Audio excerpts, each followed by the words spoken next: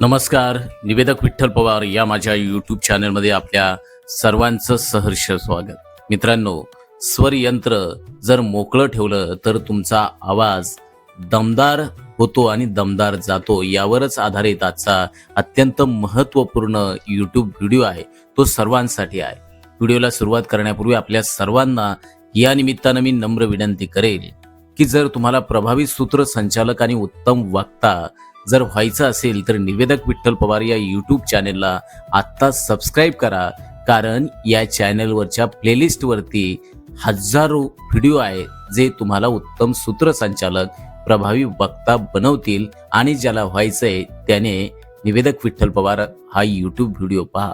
मित्रांनो, स्वरयंत्र मोकळं ठेवलं तर तुमचा आवाज एकदम भारदस्त होतो. होय, हे आपल्या प्रत्येक निवेदक असेल, वक्ता असेल, प्रत्येकासाठी, मग गाणाऱ्या गायकासाठी देखील लय अत्यंत महत्वाची गोष्ट आहे. मग मित्रांनो, गळा आपला कसा मोकळा ठेवायचा आणि आपल्या आवाजात वजन कसं आणायचं ते आपण एकदम सविस्तर आणि गावरान पद्धतीनं या ठिकाणी पाहणार आहोत. एक, गळा एकदम सैल आणि मोकळा ठेवा. भावांनो, जेव्हा आपण बोलताना आपल्या गळ्यावरती ज्यावेळेस आपण ताण देतो तेव्हा आपला आवाज अडकल्यासारखा आणि एकदम बारीक येतो. समोरच्याला वाटतं हा माणूस घाबरलाय की काय. त्यामुळे बोलण्याआधी 2 ते 3 वेळा मोठा श्वास घ्यायचा. हा असा हलका आवाज त्या ठिकाणी काढायचा. गळ्याच्या नसांवरती अजिबात जोर द्यायचा नाही. स्वतःचं नाव सांगताना जर तुम्ही तुमच्या गळ्यावरती जोर दिला तर तुमचा आवाज दबल्यासारखा वाटतो. ते जर एकदम मोकळ्या मनानं, एकदम सैल पद्धतीनं जर गळ्यानं तुम्ही बोलला तर तुमचा आवाज थेट लोकांच्या काळजापर्यंत भिडतो. 2, श्वास एकदम खोल आणि थेट पोटातून घ्या. नुसता छातीतून श्वास घेतला की आपल्याला दम लवकर लागतो आणि आपला आवाज मध्येच फाटतो. आपला आवाज जर नाभीतून म्हणजे थेट पोटातून आला तर तो एकदम पहाडी आणि खणखणीत लागतो. यासाठी नाकानं श्वास घ्यायचा आणि हवा पूर्ण पोटात भरायची आणि मग हळूहळू तोंडानं हवा सोडताना बोलायला सुरुवात करायची. हे तुम्ही करून पहा. ते फक्त वरच्या वर घशातून नमस्कार बोलला तर त्यात काहीच जीव नसतो. पण जेव्हा तुम्ही पोटातून श्वास सोडून नमस्कार म्हणता तेव्हा तो आवाज अख्ख्या मांडवात किंवा त्या मंगल कार्यालयात आणि त्या परिसरात मैदानामध्ये घुमतो. 3, बोलताना तोंड चांगलं उघडं ठेवा, मोठं उघडा. बरीच लोक ओठ शिवल्यासारखे बोलतात. तोंडच नीट उघडलं नाही तर शब्द बाहेर पडणार कसे. शब्द एकदम स्वच्छ आणि स्पष्ट हवे असतील तर तुमचं तोंड व्यवस्थित उघडायलाच पाहिजे. यासाठी तुम्ही दररोज आरशासमोर किमान 1 महिना दररोज 15 ते 20 मिनिटं उभा राहून बोलण्याचा सराव करायचा. आपले ओठ आणि आपला जबडा मोकळा झाला पाहिजे. स्वागत हा शब्द बोलताना जर ओठ थोडेच उघडले तर शब्द गिळल्यासारखा वाटतो. हे जे व्हिडिओ आहे तर ते माझ्या अनुभवातून मी या ठिकाणी अभ्यासपूर्ण विचारातून, अनुभवातून तयार केलेलं आहे मित्रांनो. पण स्वागत असं तोंड भरून बोललात तर स्वागत स्वागत असं जर तुम्ही बोलला तर ऐकणाऱ्याला पण ते भारी वाटतं. बघा, एकदा उच्चारून 4 आ, ओ, उ या अक्षरांचा दररोज सराव करा. जसं पैलवान कुस्ती खेळण्याआधी लाल मातीत अंग तापवतो तसंच गाण्याआधी किंवा भाषणाआधी आपला गळा तापवणं लय गरजेचं असतं. रोज सकाळी उठल्यावर किमान 5 मिनिटं शांत बसून आ, ओ आणि उ या अक्षरांचा लांबवर उच्चार करायचा.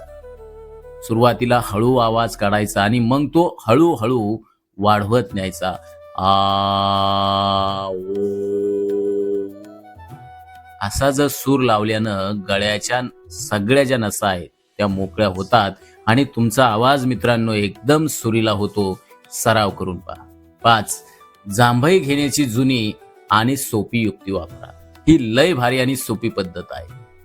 जेव्हा आपण मोठ्यानं जांभई देतो, जबडा उघडतो, तेव्हा आपला गळा आणि आपली पडजीभ आतून पूर्णपणे उघडलेली असते.